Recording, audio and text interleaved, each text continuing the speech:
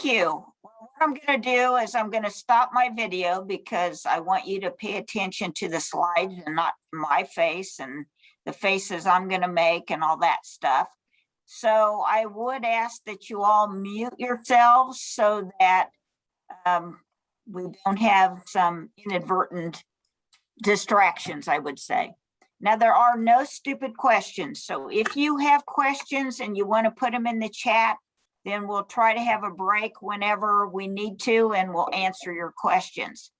So what I've found is it's a lot easier to correct problems, and you'll remember those problems a lot better than doing everything right. So it's kind of a reverse psychology. I'm going to tell you the most common gardening mistakes that I see come through our office day in and day out. So these are things that you don't want to do to be successful. So I'm going to give you antidotes as well as what you should be doing. Okay. So with that, we'll get started. So we're going to talk about soils first. Soils are the most important part of gardening successfully. If you don't get your soil correct to begin with, then your plants are going to struggle from the get-go. So you want to take time to make sure that your soils have been amended properly and that they have been prepared properly so that your plants will get good root systems. If you have good root systems, the plant will do phenomenal. If you have poor soils that you haven't addressed some of the drainage issues, some of the densities of the soils, then your plants are always going to struggle. So one thing you don't want to do, and this is real tempting right now, we just received anywhere from 1 inch to 2 inches of rain on Saturday. So now is not the time to go out and work your gardens or your soil with a rototiller. The picture on the left over here is what happens when you work soil wet. You get almost a clay pot type density of the soil. You want your soil even to not look like one on the right. That again, those clods are really difficult to break up. So what happens when you take a tiller or a shovel into wet soil, you destroy the soil structure. And I'm going to talk about that once I get to a certain point, so bear with me. But in the soil, you have air pockets that will fill up with oxygen, which roots need to grow because they're living, and it will also fill up with water. And so when you compact the soil, you eliminate the pore space. By eliminating the pore space, you push out all the oxygen and all the space for water. And therefore, if you know anything about pottery, pottery is made from clay. So we don't want to create pottery in our soil. When you do get into rototill, say the soil has dried out, the other thing people do incorrectly is they rototill and they rototill and they rototill until the soil looks like flour. Again, you have just destroyed the soil structure. You have reduced all the airspace by making these fine granules. We would recommend that you take the rototiller through it, but you make one pass, maybe 2 passes over the same area, but you don't just sit there until it looks like flour because you've ruined the soil structure. The other thing people say is they like a sandy soil because a sandy soil drains really quickly. It heats up really fast in the spring. So people are tempted to add sand to the soil or the garden area. And you never ever want to do that because again, we get concrete when we add sand to clay. So what you do want to add is you want to add peat moss or chopped up leaves or any organic matter like cotton burr compost, people will add it, or homemade compost.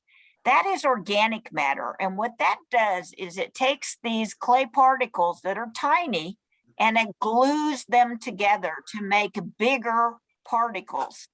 With bigger particles, you have bigger air space in between those particles for, again, air, and then for water when you water.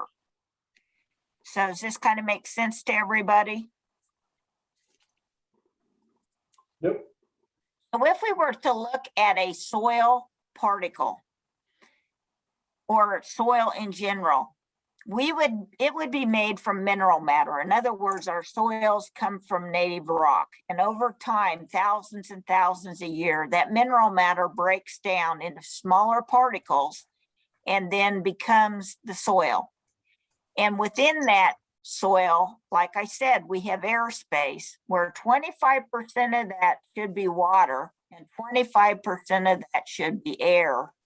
And then we have about 5% of organic matter. That's the glue that holds these particles together and creates this air space that's filled with water and air.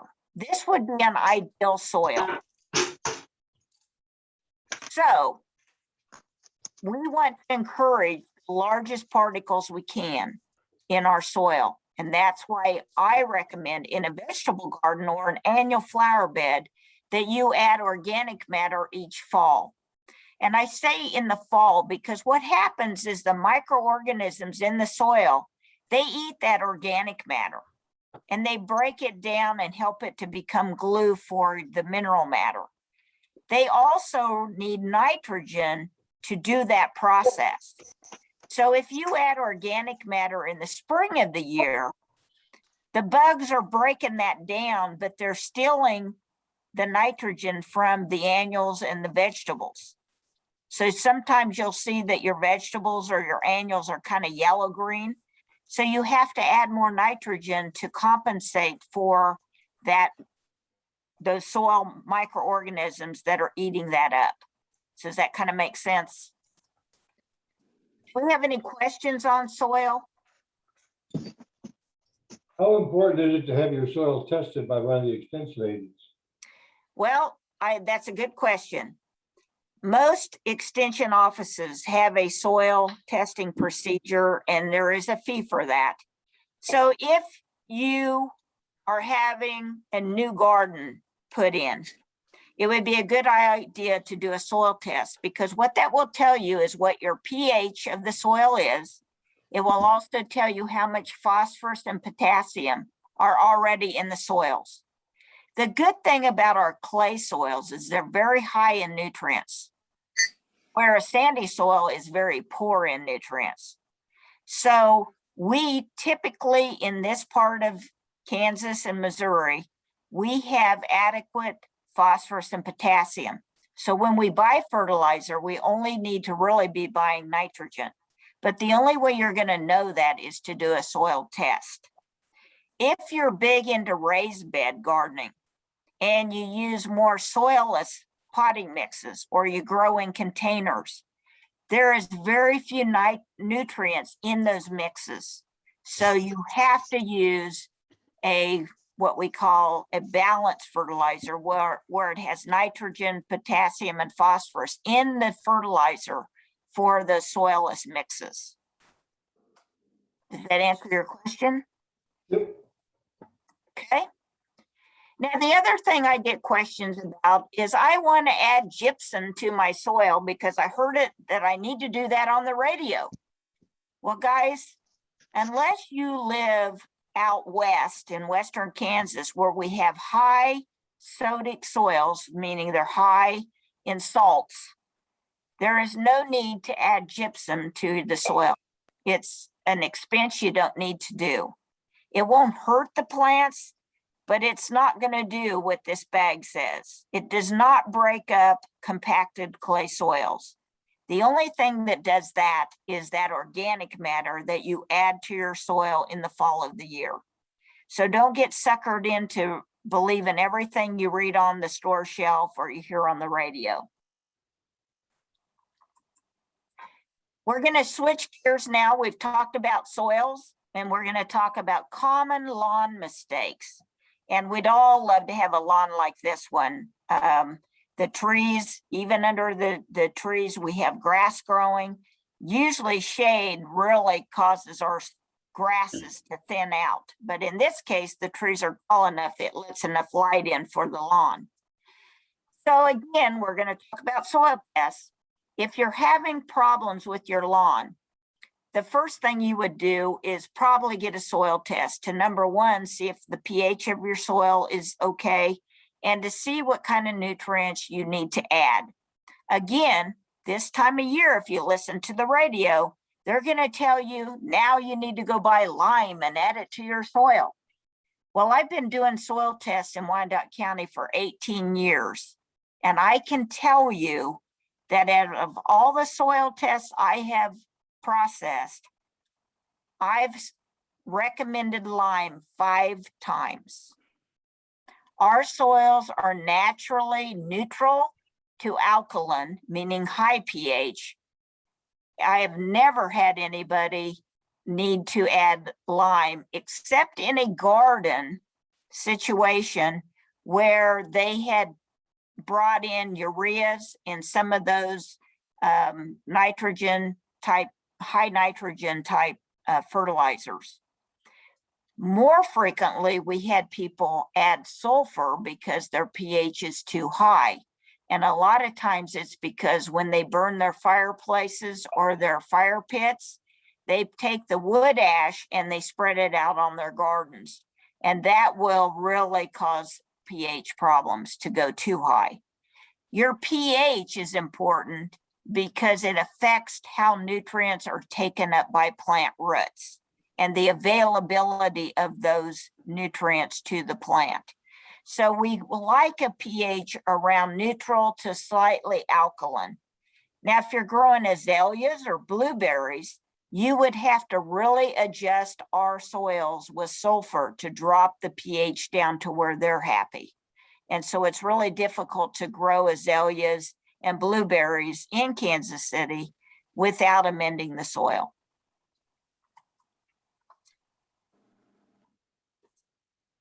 The other thing I want to say is when you do put fertilizers out, please, please, please keep them in the intended site, which is the lawn. The picture on the right is showing you all the fertilizer granules that they've spread out into the curb and into the street. Well, the first time it rains, all of that's going to go right down the drain, and that goes to our streams and our rivers. And you've all heard of algae blooms. Well, that's because high nitrogen gets in our waterways, and then algae flourishes. So we need to sweep this up, blow it up, put it back into the intended use site, which is the lawn, where the roots can take it up. So please, please, please keep that fertilizer where it was intended to be. The other thing that's difficult to do this time of year is to keep our lawns mowed on a regular basis. And it's been really tough with these big rainstorms we've had. But the golden rule is that when you mow, you should only remove 1/3 of the grass blade at a time. And that is because that green surface area, the leaf blade, is what makes the food for the grass plant. So through photosynthesis, those blades are making food that makes a healthy root system. There's been research to show that if you can remove only 1/3 of the blade and keep the height where it should be, and that should be anywhere from 2.5 to 3.5 inches tall, then you have a really deep root system. And a deep root system is going to help your grass flourish when we get into really hot, dry summer months like July and August.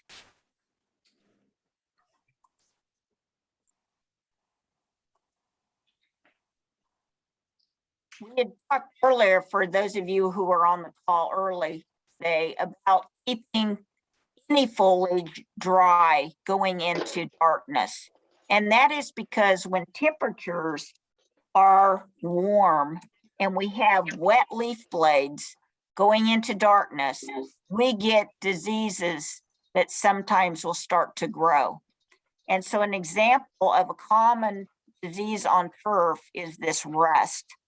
Or you could get a white powdery stuff on the blades, and that is powdery mildew.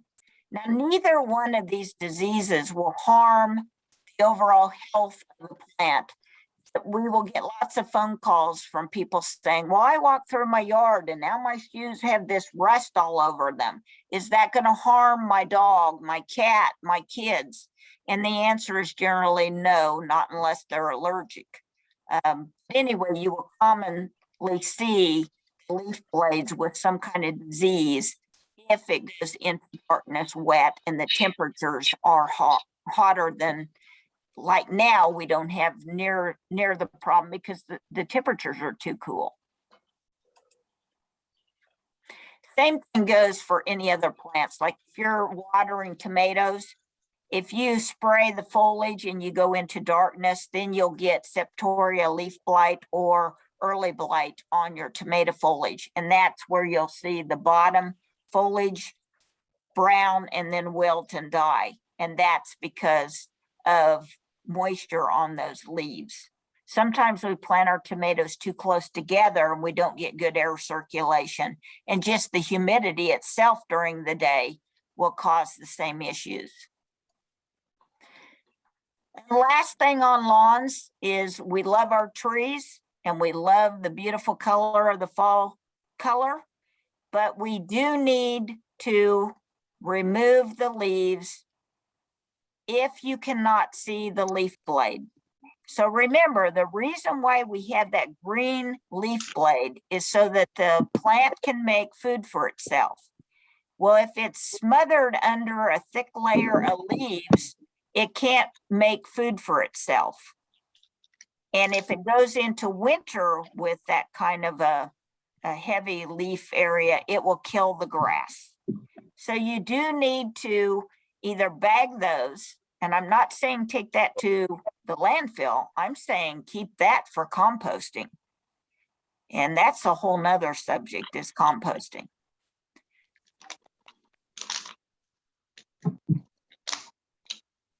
So again, no light equals no photosynthesis equals no food for the plant to be having to carry it through our winter months.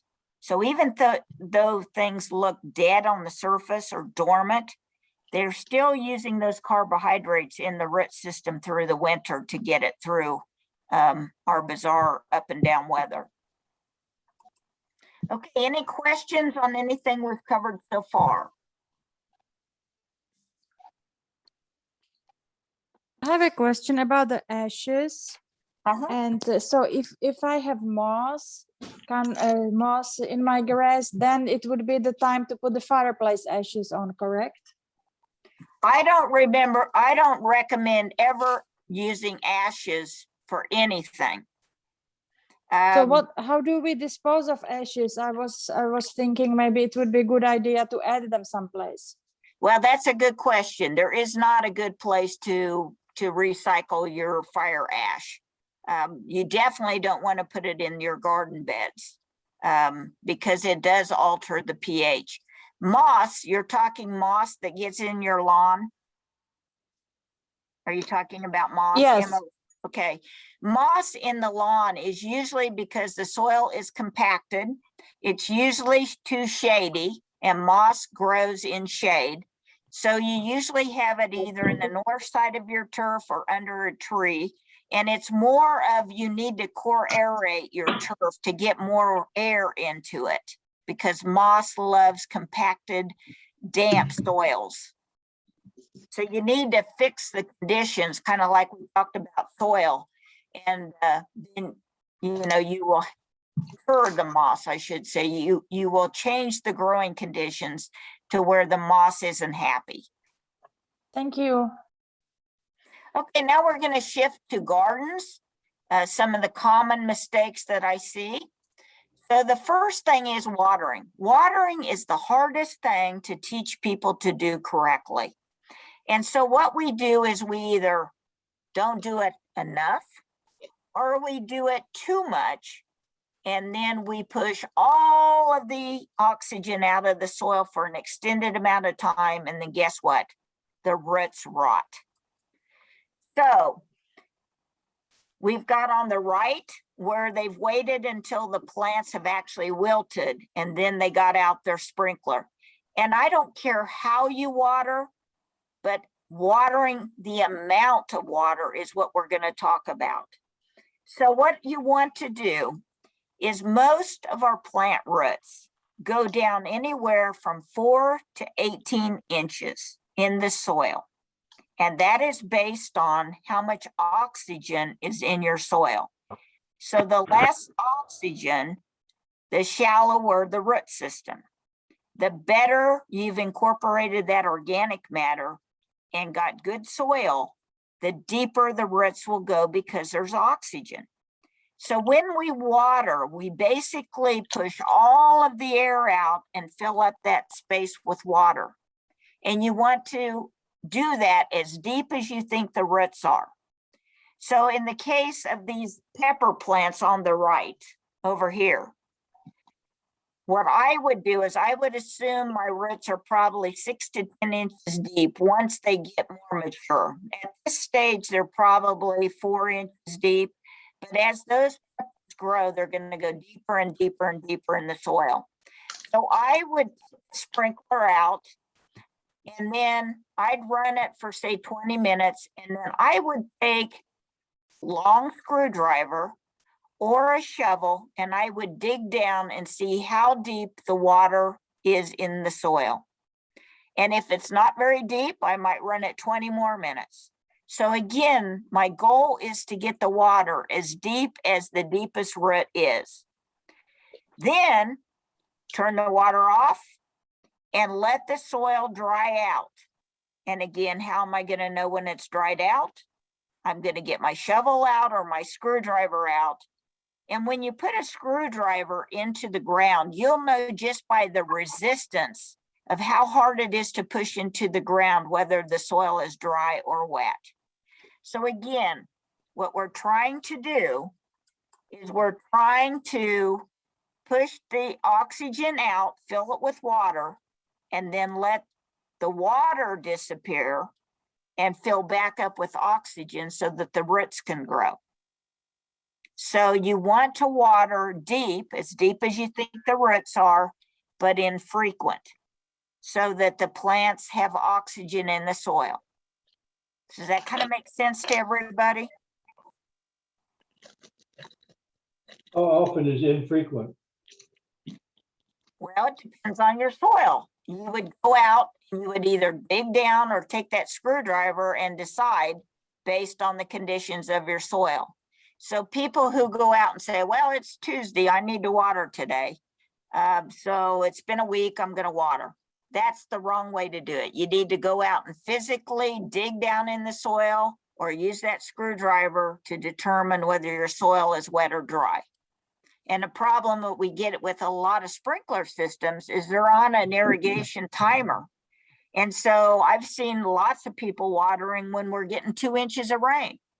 And so again, we want to be smart with our water. We want to only use it when we need it. And then when we do need it, let's do it appropriately so the plants benefit. Okay. And I'm sorry, Lynn, I don't want to interrupt you, but I'm primarily a container gardener. Is there any variation with how you water if you're doing containers as opposed to in the ground? Yes, yes. Typically, when you grow in containers, you are using a potting soil that you purchase. It has 0 native soil in it. It's usually peat moss, vermiculite, perlite. Sometimes it's got different organic matters in it, but there is 0 soil in it. So 2 things you're going to find. You've got to water it a lot more frequently because it's so light and airy that it dries out quickly. And number two, you need to fertilize a lot because those soils don't have natural nutrients. Now, when you buy potting mixes, sometimes there is fertilizer in it and it will tell you that it will last 3 to 6 months. But if you water your pots like every day or every other day, you're going to leach that fertilizer out of the pot. And so you probably will need to fertilize more frequently than what that potting mix tells you.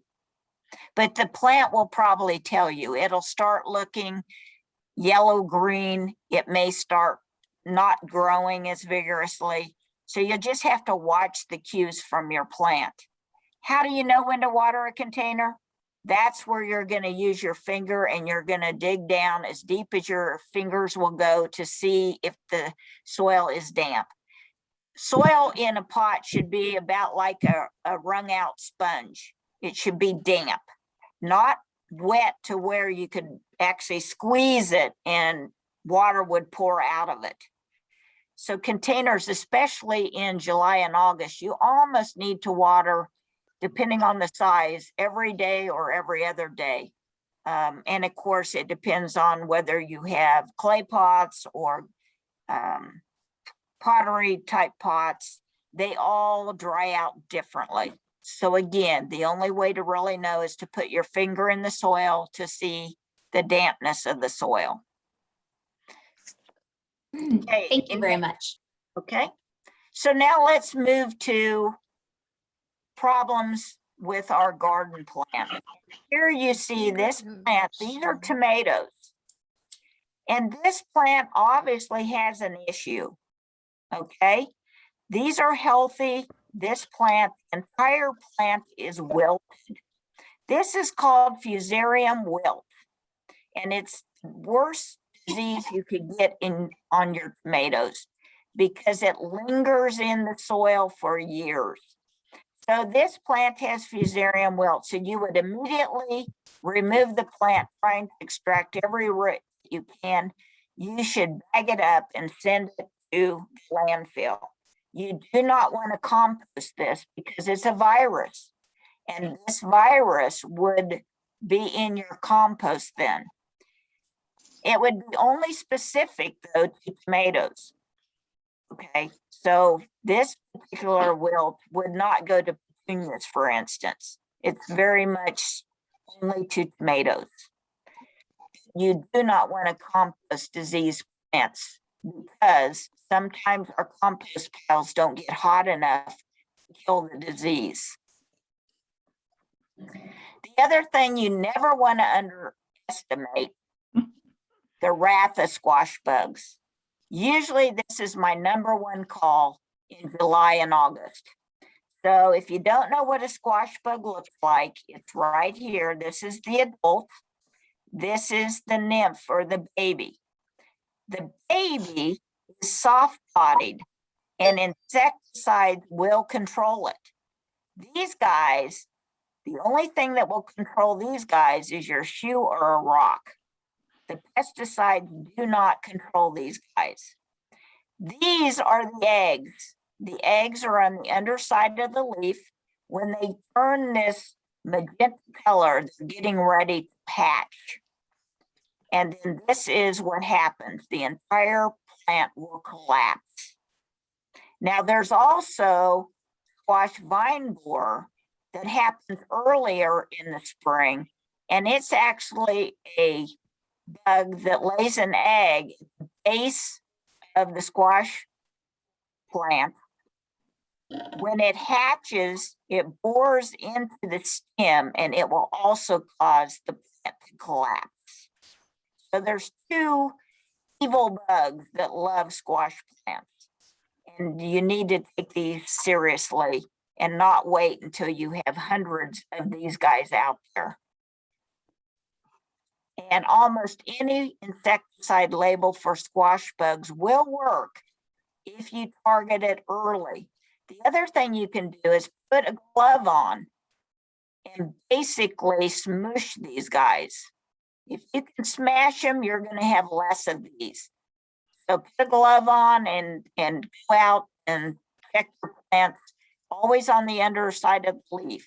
Now, the other bad thing about squash bugs is they will live in the tree. So if you have straw or you have, in this case, it looks like they put down dried grass clippings, these guys will hide in that. They will also overwinter from year to year.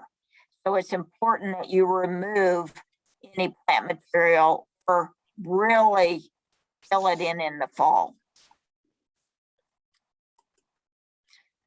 And again, we've already talked about this, but other diseases you want to be careful of are black spot on roses, because again, we don't often have what we call an active compost pile that heats up like it should. If it were heating up like it should, some of these diseases might be killed off, but most of us are what we call lazy composters. We don't turn the compost pile as frequently as we need to. We don't do the proper balance of greens to browns. And so our compost piles just don't heat up. So we just want to take disease plants and move them elsewhere to herb. Now, another thing that we should be thinking about this year, this one people will argue with me till the cows come home. When you plant annual flowers, you should really remove the flowers after you've planted them. So here's how you buy them. And you want to buy them in flowers so you know the color you're going to get. When you go to plant them, you need to pinch off flowers. And the reason why you're wanting good root system to develop. And when a plant flowers and goes to seed, that takes lots of energy, lots of carbohydrates from the root system. So you want to encourage root growth early, then you'll have prolific flowering after you get a good root system. So pinching the flowers off will help to do that. Now, will you be successful if you don't do that? Absolutely, you will. You will not have dead plants, but you will get a better, healthier plant long-term if you allow it to get a good root system initially. And again, annuals, the secret to them flowering is to keep them fertilized. Most annuals bloom on new growth. So whatever you can do to encourage new growth, fertilizing is one of those, adequate watering is another, that will keep your plants blooming all summer long. Any questions on anything we've covered so far? Does the same rule about pinching flowers applies to plants that have small young leaves? Like if you want to establish roots for those plants, do you need to snip off leaves? Not leaves, no. Leaves make food for the plant. So you want to keep as many leaves as you can. Okay. Anyway, so you do not want to remove leaves. Leaves you need to keep because that makes the food for the plant. But I'll give you an example. I just went to Lowe's and I was looking at their tomatoes and their peppers, and many of them already have blooms. If you buy that plant, you go home, you pinch off every bloom before you put it in the ground. And that will allow the energy to go to root development and not to wanting to produce a fruit, a tomato or a pepper. So remove those flowers. Can you tell us what's the difference between plant food and fertilizer, and do you have recommendations for the use of either one? Plant food and plant fertilizer are just the same thing. There is no difference. There's differences in the percent of potassium and phosphorus in a fertilizer. There's differences in soluble fertilizers that you mix in water and apply, like a bucket at a time to an area. And then there's the granules that we typically buy for our lawns. But fertilizers, whether it be plant food or fertilizers, are all the same. Does that answer your question? I think. Okay. So let's move to landscape plants. Some of the common things I see with landscape plants. Planting a tree. Most of our trees are planted too deep. And so this is basically a forester that has actually gone out. This tree is dead. There's several things wrong with the tree, but this tree is dead. So when they dug around in the root system, the tree was planted 1 foot too deep. And therefore, because of that, the plant got all of its surface roots to the top to try to get, number one, what are they getting? Oxygen. Okay. Then when it sends these roots up, it circles the trunk and it basically strangles the tree. So how do you know how deep to plant your tree? So if we take, this is a tree from a nursery in a pot. You can see the pot right here. So when we dig down into the pot, you will see lateral roots coming off. They're not very big, but this is what's called a root flare. And this root flare should be at the surface of the soil when you plant it. Okay, and this is what we call flare on the left. This is an oak. It has beautiful flare. This tree was planted appropriately. You get this glorious flare. When you plant too deep, the tree looks like a telephone pole. And this is another problem that we have. You can see this tree looks just like a telephone. There is no flare. Well, first off, you can't see if there's a flare because we have a mound of mulch foot tall. And what happens is with this is the trunk beneath this mulch stays wet. And then insects and diseases will get into the bark and the wood of this. And again, the tree will fail. So when you add mulch, you should only add 2 to 3 inches at a time. Okay, so this is what it should look like. This is adequate mulching for a tree. The number one competitor to any plant is grass. Grass roots will always outcompete a tree or a flower.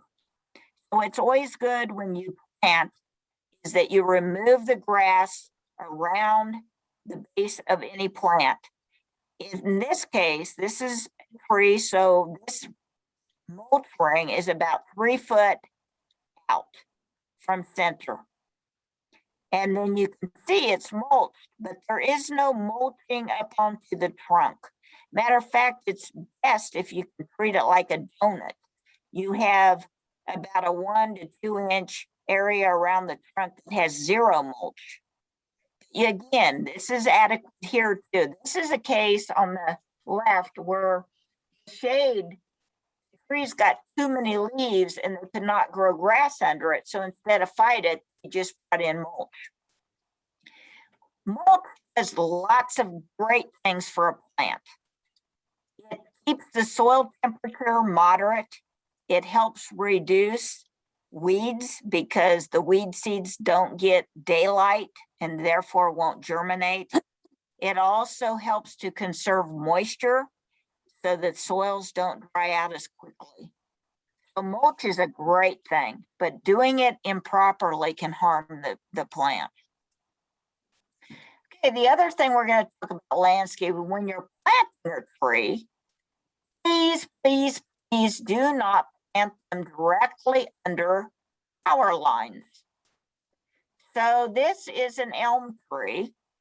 And if you know anything about elms, they get rather large, by 60 feet, 40 to 60 feet. So they will be into the power lines.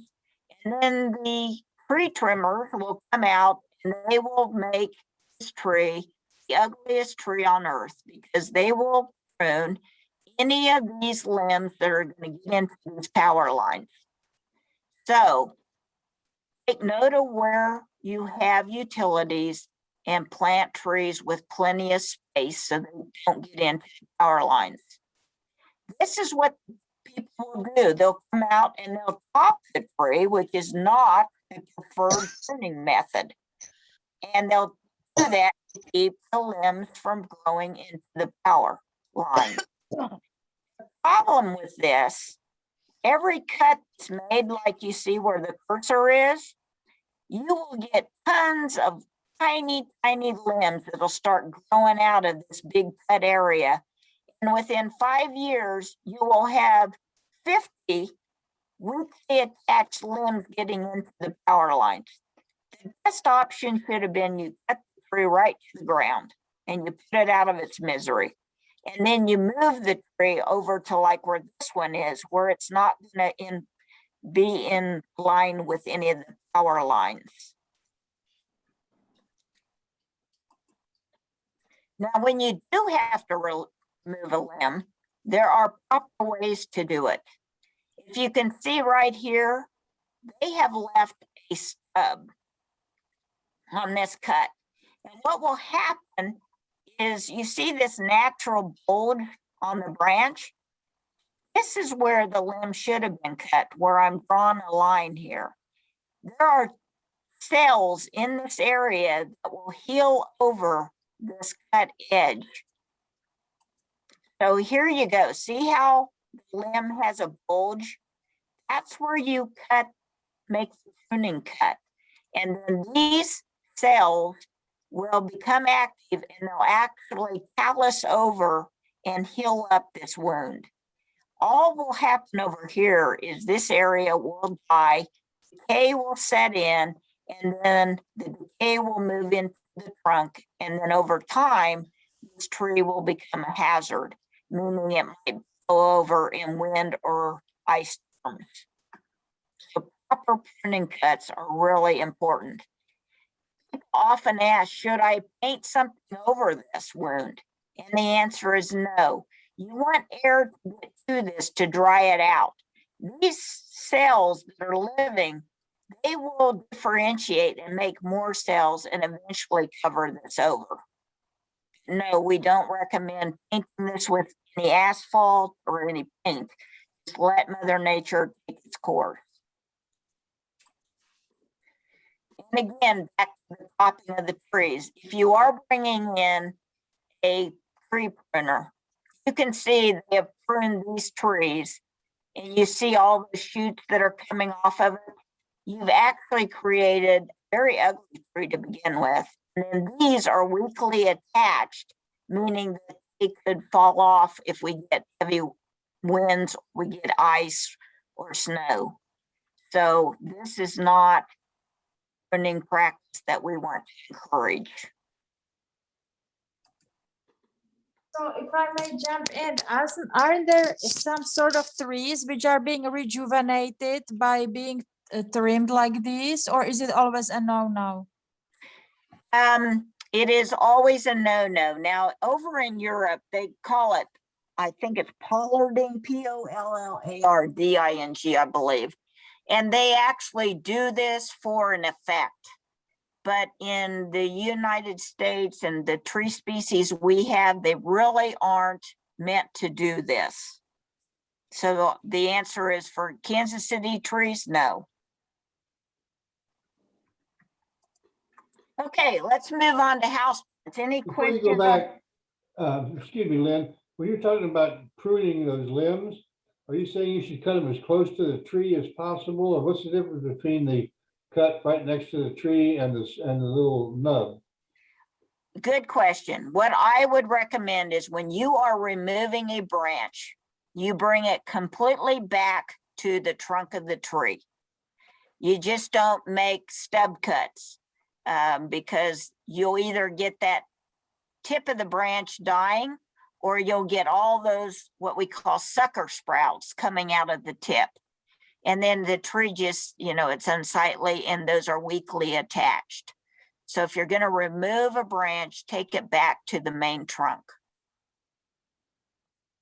or at least back to a bigger area on the branch. In other words, this is where it's better to do it in person, the class, because then I can draw it on the board and explain it better.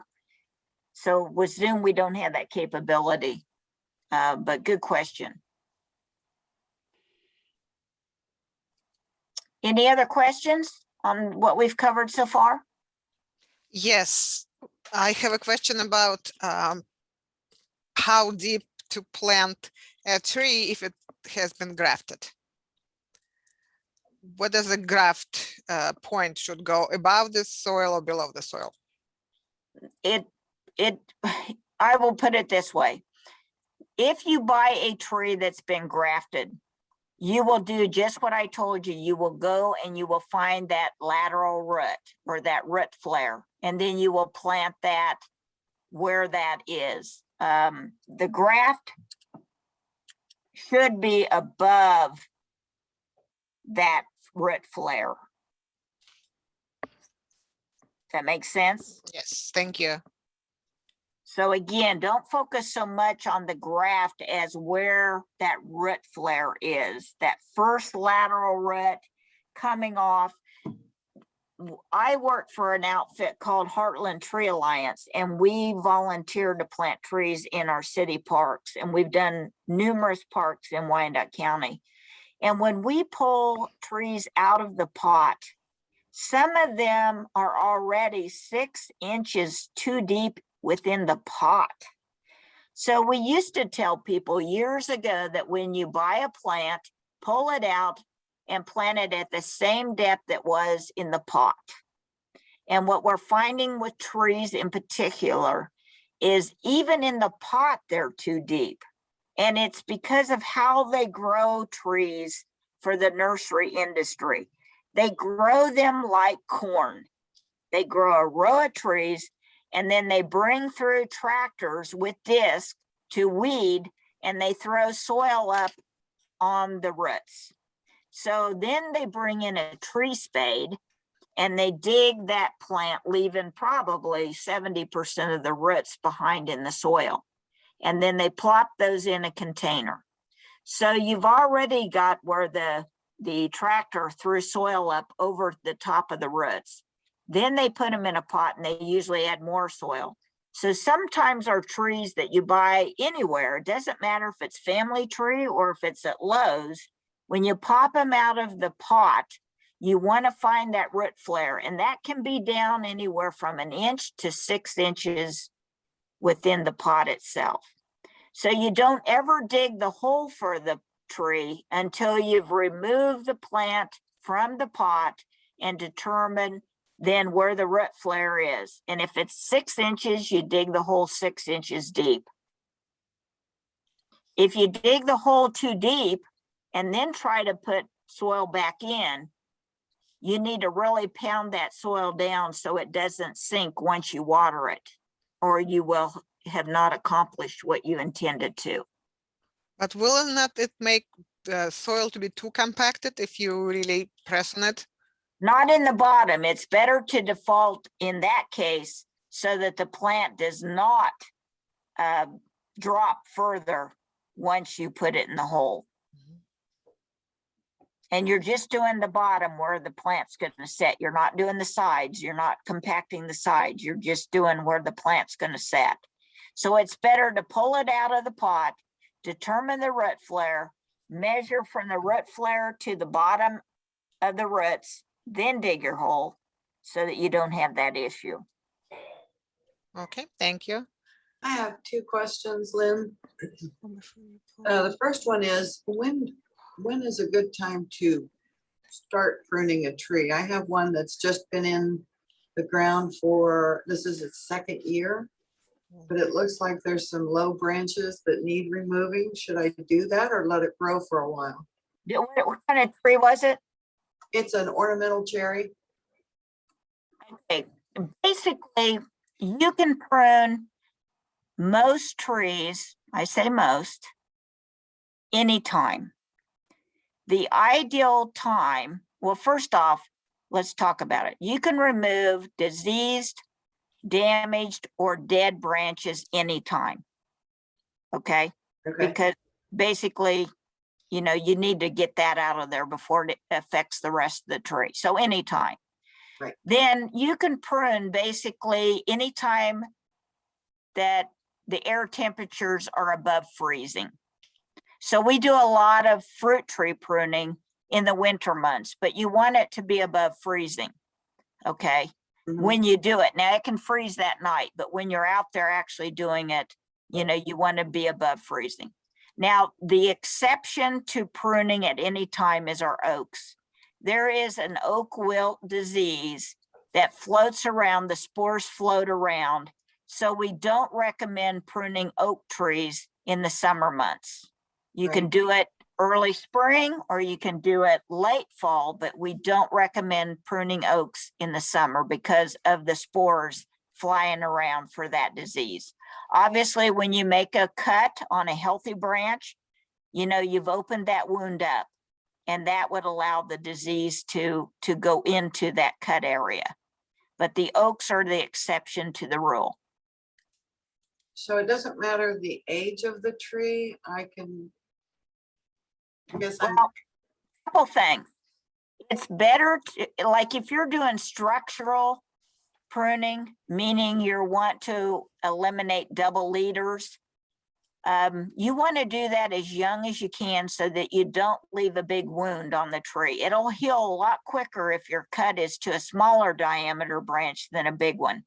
mhm, But the bad news is, just like people, trees don't live forever.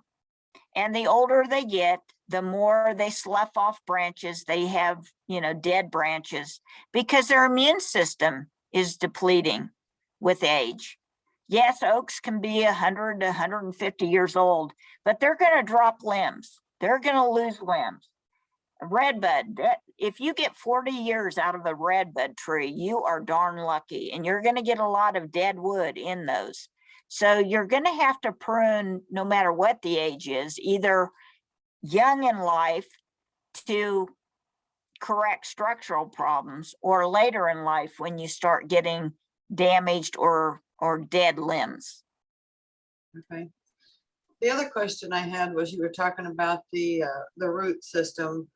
Does that apply to like bushes as well? I have a hydrangea that is not growing.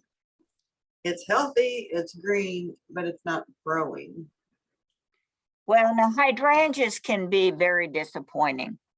Hydrangeas, depending on the kind. Hydrangeas are number one, the most finicky when it comes to water. They are water mongers. They need more water than most people are willing to give them. There are the fancy ones with all the fancy names and all the fancy colors and that. They can be really finicky. They, if they don't like the site, they're not going to grow for you. Okay. So of all plants, hydrangeas, I get the most calls on.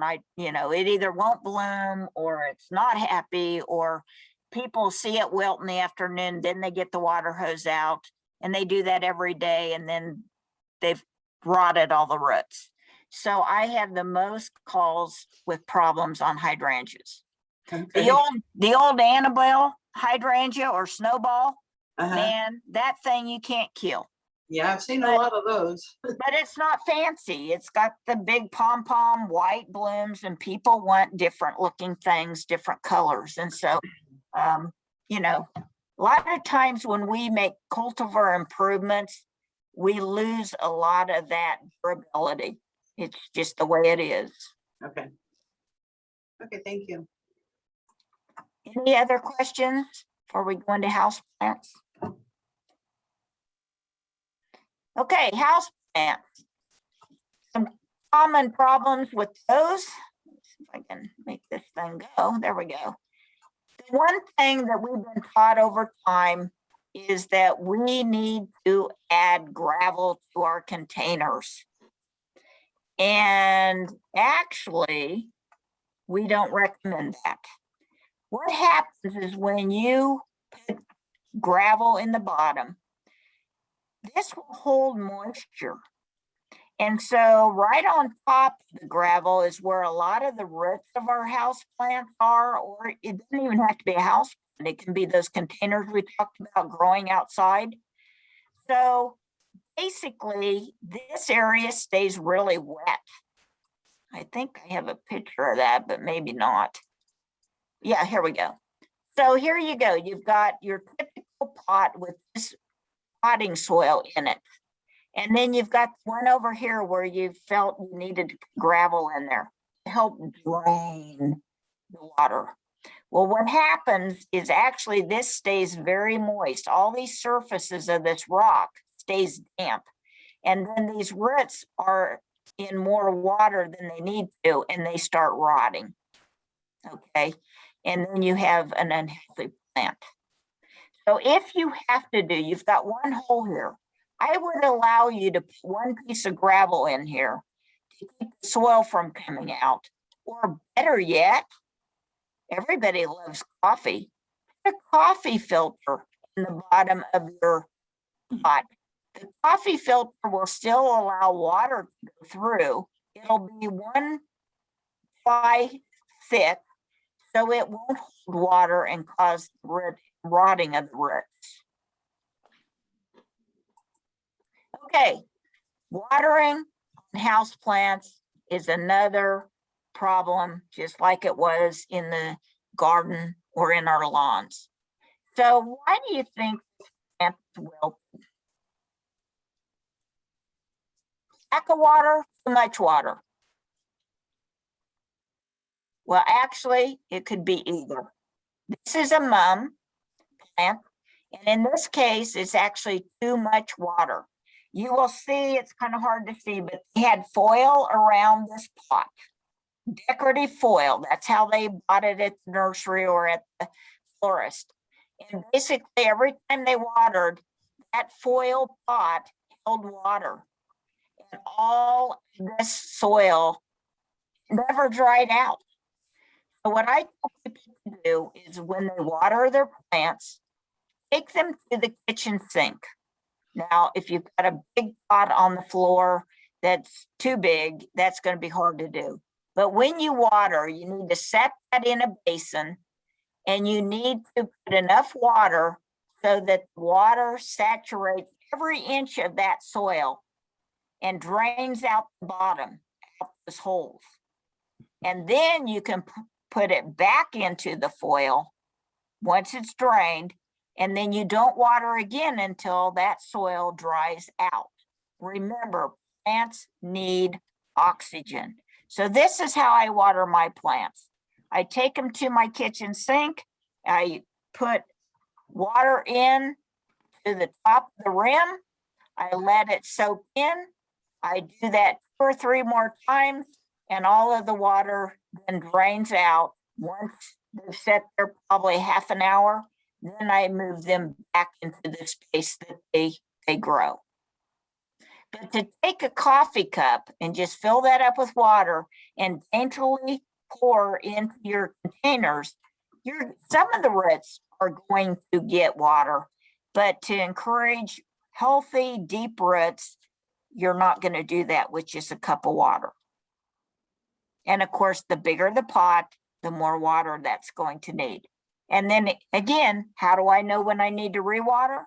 I put my finger in the soil, and if it's dry to touch, I water it. If it feels like a damp sponge, I do not water it. The other thing, in the winter months, we're bored. We think we need to buy plant food or fertilizer and fertilize our house plants. You need to fertilize them when they are actively growing. So now is a great time to fertilize your house plants. The sun intensity is improving every day. And so now's the time to give them food to encourage growth. In the winter months, you really need to reduce your watering. You really need to reduce any kind of fertilizing because the plant doesn't have adequate sunlight in the winter months for good, healthy growth. They kind of are in just kind of a dormant state where they don't put on a lot of growth. So again, We feed plants when they're happiest and when they're putting on new growth. Outside, a lot of people are calling me saying, now's the time to fertilize my roses. Yes, I would fertilize my roses early spring when they're coming to life and when they, can absorb it and use it for all this new growth. Most perennials that you put in the ground, they get adequate fertilizer from our native soil. They require minimal fertilization. Sometimes when we over fertilize perennials, they'll get tall, they'll flop over. So again, our soils are rich in nutrients. Container plants, like we've talked about, they're going to take more fertilizing because there's no native soil in potting mix, and we constantly are watering them, which does leach out the fertilizer that may have been in that potting mix. Now, I have to end on the note of pesticides. Whether you believe in them or not, that's up to you. But if you do use any kind of pesticide, whether it be an insecticide for bugs, a fungicide for diseases, a herbicide for weeds, you need to, number one, identify the problem that you're trying to solve before you buy a pesticide. A lot of problems with our plants have nothing to do with insects, diseases, or herbicides. Most of the time, it's watering, believe it or not. If you are going to use a pesticide, please, please, please read the entire product label. These manufacturers spend a lot of money developing these products, and there's precautions on every product label. Weed Gone, for instance, this is used for dandelions, and people are out spraying it right now like crazy. If the temperature gets above a certain degree, these products will actually move off of the plant you've sprayed, become a gas, and they'll harm redbud trees, tomatoes, potatoes. So you really need to read the label to know how to use these correctly. Again, not all products control all pests. So the other common problem I see is people will buy, let's say, an insecticide to control the squash bugs, and it doesn't work. Well, a lot of times it's because the product they have bought doesn't even have squash bugs on the product label. So again, you need to read the label before you use any of these. And they should be used as a last resort, not the first line of defense. Okay, last but not least is wildlife. Lots of calls right now on the bunnies are eating all of my plants to the ground. The deer have eaten all of my tulips. We are encroaching upon the wildlife's habitat, the more houses that we build. Then we have a lot of people who have moved out to acreage, and then they're upset because they have all these animals. Well, again, you have inhabited their habitat. So we always get calls about, well, should I buy these repellents, or what do you think?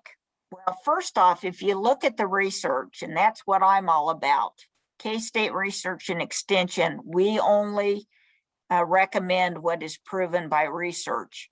A lot of these commercial repellents do not work, or do not work sufficiently for the cost that you have to put out for them.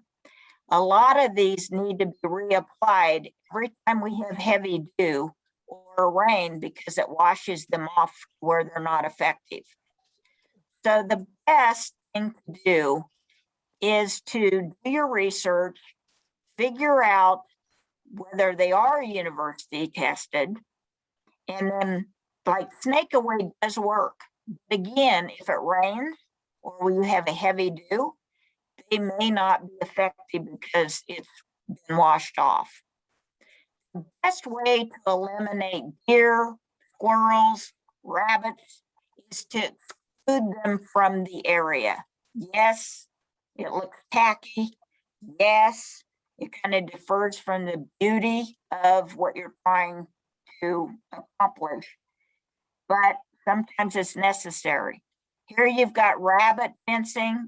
It's about 2 feet tall. You can still bend over weeds and harvest. Here they put netting around the trunk of the tree. Now on this one, you've got to be careful because as the tree grows, you need to make this netting bigger so it doesn't girdle the trunk of the tree. Here you've got melons, and they're using a 6 foot tall black netting. Black netting is not visible from far away. A lot of people will use this black netting because you can't see it. Here is a fence around the vineyard, and you can see this guy's about 6 foot tall. So for deer, it needs to be a minimum of 8 feet tall for deer not to be able to jump it.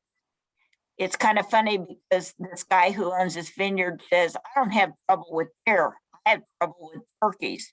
Turkeys fly in and then they destroy grapes. So there's always something that will outsmart you. Moles. Number one call we get this time of year and all summer. Here's the tried and true. What you see, these are the tunnels. The earth has been pushed up. Usually they will make runs along structures, sidewalks, buildings. This is the underside of a mole. They have these paws or feet that will swim through the soil, and they've got these great nails on it so that they can plow right through our heavy clay soils. The only tried and true research-based control is trapping. And there's a scissor trap, and then there's a spring-loaded trap. Number one reason they fail, number one, people don't know how to insert them into the soil correctly.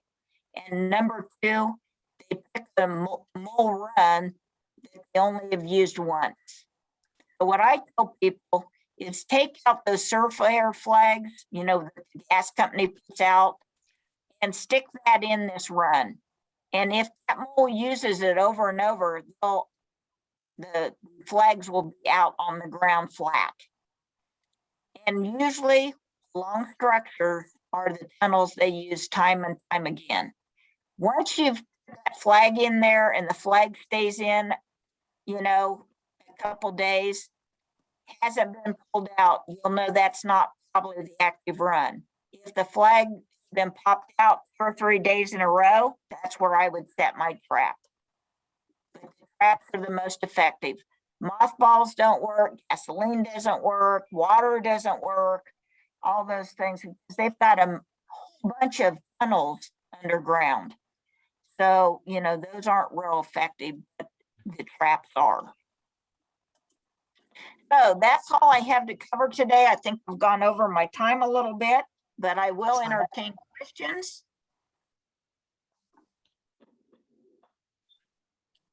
Have you heard about using marigolds to chase moles away? I don't think that works. It's kind of funny. We get a lot of calls on marigolds to be planted around vegetables as well as a companion plant to deter insects. And what my experience has been with marigolds is they draw in spider mites, and spider mites are more detrimental than some of the other bugs that you might get. But no, generally companion plantings don't often work. And in this case, not for moles. Mhm. Thank you. Any other questions, comments? Thank you. Thank you. Very, very informative. Thank you. Very much so. And if you don't know what extension is all about, our office is near the old Kmart, now is the health department vaccine location. And I entertain all kinds of questions, soil testing, plant related questions, plant diagnosis, insect questions, you name it. We try to accommodate you.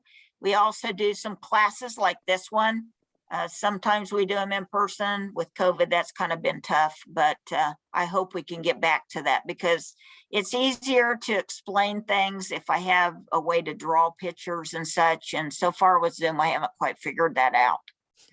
So. Do you do soil testing at your office? Yes, we do. I technically live in Tonganoxie, which is Leavenworth County. Do you do out of county residents? Soil Yes, we testing? do. If you're willing to drive it into us, we sure will. Okay, thank you. Sure. Our office hours are from 8 to 4:30, and we're shut down over the lunch hour from 12:30 to 1:30. And are you next to the Kmart or up by the? We look right into the side of it. We're in a strip mall, and it's well marked. Lynn, what is the proper way to gather dirt for soil testing? Okay, good question. So let's say we've got a garden area, and let's say it's, 10 by 10 foot. You would take a small shovel or a hand trowel out into that area, and you would randomly select 6 to 8 spots. You would dig down with your shovel as deep as you think the roots are going to go. So in that, if it were turf, say we were doing our lawn, we would go down about 4 inches. If it's a vegetable garden, we would go down, say, 6 to 8 inches. And you'll pull a shovelful out, throw that in a bucket. You'll go 10 feet the other way, 10 feet another way. So you want to get random samples, and you mix that all in a bucket, and then you pull out about 1 cup to 2 cups of soil, put that in a Ziploc bag, mark on it the area that you're testing, so that if you're doing multiple samples, you don't get confused as to what spot was what. And then you bring that into the office. They'll have you fill out some paperwork as to what you plan to grow. And then we send that to Kansas State University. They send me back the results, and I write you up a recommendation of what you need to do for the plants that you've told me you're growing in that area. Lynn, I've Thank already you. planted my tomatoes, but I took out the soil samples before. Will that do me any good to get the soil tested now? Yes, because we will still tell you, you probably can't adjust your soil pH once you have plants in the ground, because if you have to add sulfur, you would have to till that in, and that's better done again in the fall. But if it will help you know what fertilizer to purchase for your plants. Question about bone meal. Can you use bone meal when you plant tomatoes to fertilize the dirt, the soil? Well, again, bone meal probably won't hurt. It's a fine, when you're growing vegetables, it's a fine line of fertilizing them. With tomatoes and peppers, you can give so much fertilizer that all you get is foliage and no fruit. So you don't want to over fertilize vegetables. Now, leafy plants like spinach and lettuce, they'll benefit from more fertilizer. But tomatoes and peppers, you can over fertilize them, and all you'll get is foliage and no fruit. Okay. So bone meal, what I like to use bone meal for is bulbs. When I plant bulbs in the fall, that's when I use bone meal. Okay, thank you. Do you have any opinion on the use of Epsom salts? Epsom salts, put it in your feet water. Don't put it in your plants. It won't hurt them, but it doesn't help them. Thank you. Anything else?